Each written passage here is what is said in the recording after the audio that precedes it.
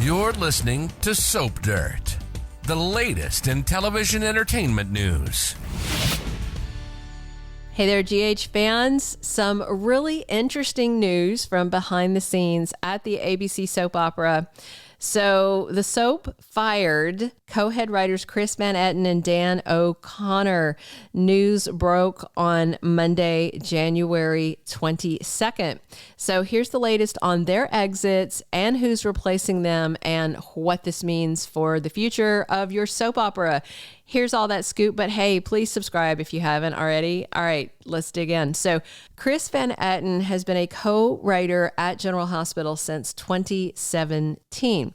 2 years after that, Dan O'Connor was assigned to be his co-head writer once the prior one retired. I'm not going to pile a whole bunch of names on you right now.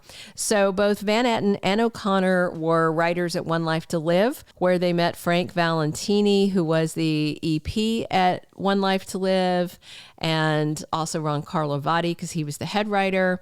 And when One Life to Live was shuttering and Frank was moving over to General Hospital, Van Etten and O'Connor followed Frank Valentini and Ron Carlivati over to General Hospital on ABC.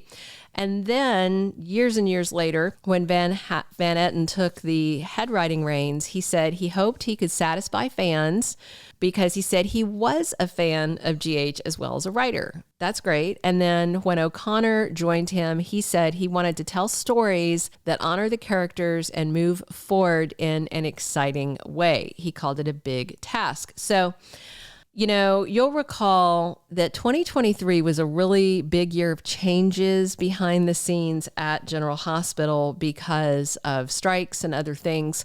On May 2nd, 2023, the Writers Guild of America went out on strike. So the writing team walked out per their union deal. So that was Chris Van Etten, that was Dan O'Connor, that was Elizabeth Korte, and all of their support writers, all that. So they walked out May 2nd. By I think around the 20th of July, their last scripts played on air. And then from that date forward, we were seeing the work of the team of replacement writers. Their names were never released, but the chatter leaking out from behind the scenes was that they had tasked key people from the production side of the house to fill in as writers.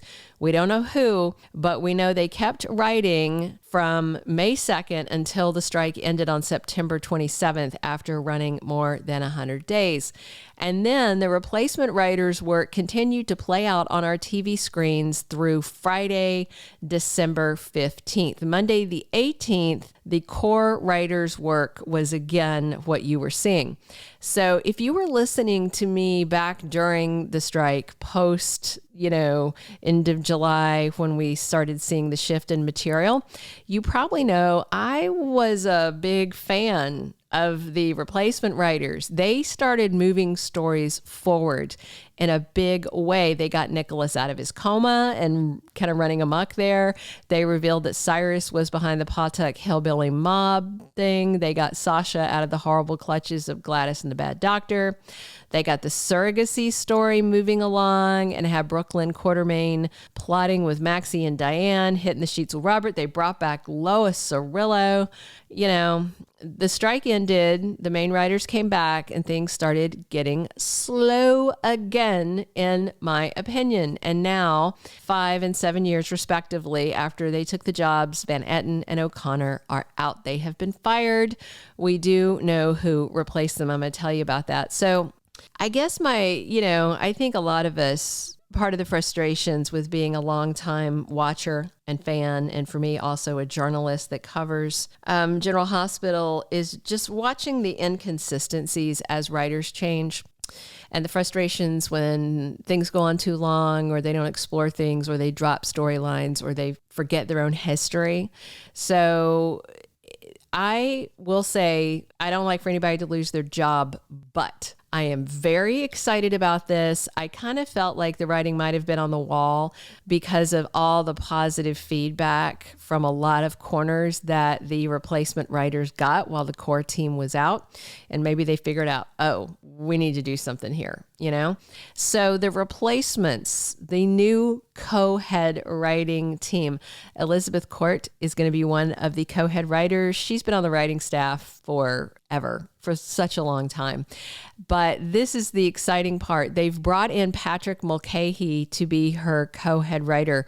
Korte's been around a while, so, you know, I'm not going to shoot off any fireworks about her taking the reins because she's been part of the regime that I had issues with for a while. Patrick Mulcahey, though, is another matter entirely. He is a powerhouse writer. His last soap job was Bold and the Beautiful. He stepped away in 2019.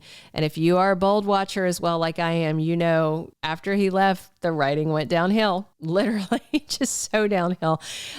Before B&B, Patrick Mulcahey wrote for Guiding Light, Santa Barbara Search for Tomorrow, Loving, and General Hospital years ago. He knows his soaps, and he is an exciting writer. Producer Nathan Varney said this year his goal is to recover lost viewers. If they want to do that, they're going to have to do better than what we've been seeing. So in the vein of this new collaborative team that I'm excited about taking over the writing at General Hospital, I have a few suggestions, and I hope you will join in the comments with your suggestions. Just real quick, number one, stop pushing ships that the fans don't want.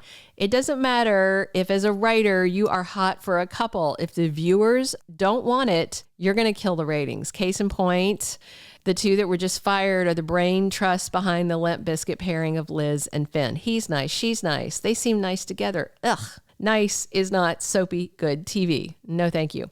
Number two, stop dragging storylines out beyond viewer patience. Grand Lady of Soaps Agnes Nixon said about good soap writing, make them laugh, make them cry, and make them wait. That's fine up to a certain point, but when you make your fans wait too long, they lose interest, they're no longer entertained, and they tune out. Number three, stop shoving producer pets in our faces. There are some actors who I think you know if you're a longtime watcher are on Frank Valentini's most loved list. And so we see them in every plot, in plots they shouldn't be in. I'm not going to name any names, but you guys know who I mean. The characters that are on almost every day, you know, most of the days of the week, to the point that our eyeballs are fatigued from looking at them when there's other people that are talented and are being wasted. All right, number four, be balanced and let viewers decide who we like and don't like. Don't decide for us.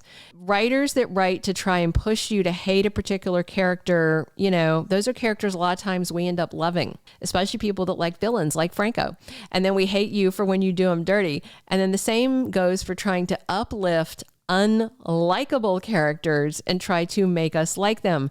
Write compelling, conflicted, deep characters and let your viewers decide how you feel about them, but don't push your personal feelings agenda onto the viewership. And number five, last, bring us back some old school good writing, some old school vibes. Mulcahey wrote a lot of Cassadine stuff in the 90s. It'd be amazing to have that sensibility back. Give us some good, strong storytelling. The Dark Prince, dirty, rotten, scary Ava in her heyday, Alcazar, some good villains, some real skullduggery, not dropped plots and trying to redeem people that you shouldn't have ever painted into a corner and you weren't thinking far enough ahead, stuff like that. Trying to redeem the irredeemable, just get rid of them. All right, so that's our breakdown of the behind the scenes breakdown in the General Hospital writer's room. I also want just to remind you to be patient. It's going to take about 8 to 11 weeks, give or take, from when the new head writers take over, which I assume is this week, and when we see their work reflected on screen. So don't start yelling next week that the new writers are just as bad as the old ones, because you're still going to be seeing the work of the old ones for a couple of more months. I will update you here when I do weekly and 2-week spoilers when we finally reach the point of the fired writer's last material and the new writer's fresh material appearing on episodes. Hang tight until then. Please comment with your hopes for these new writers and this new writing team. Definitely subscribe and come back soon. As always, it's Belinda from Soap Dirt here talking GH with you guys 7 days a week. Thank you for being a loyal listener. Follow us wherever you get your podcast, because you don't want to miss the next episode. Soap Dirt is on all the major podcast platforms, including Apple Podcast, Spotify, iHeartRadio, and more.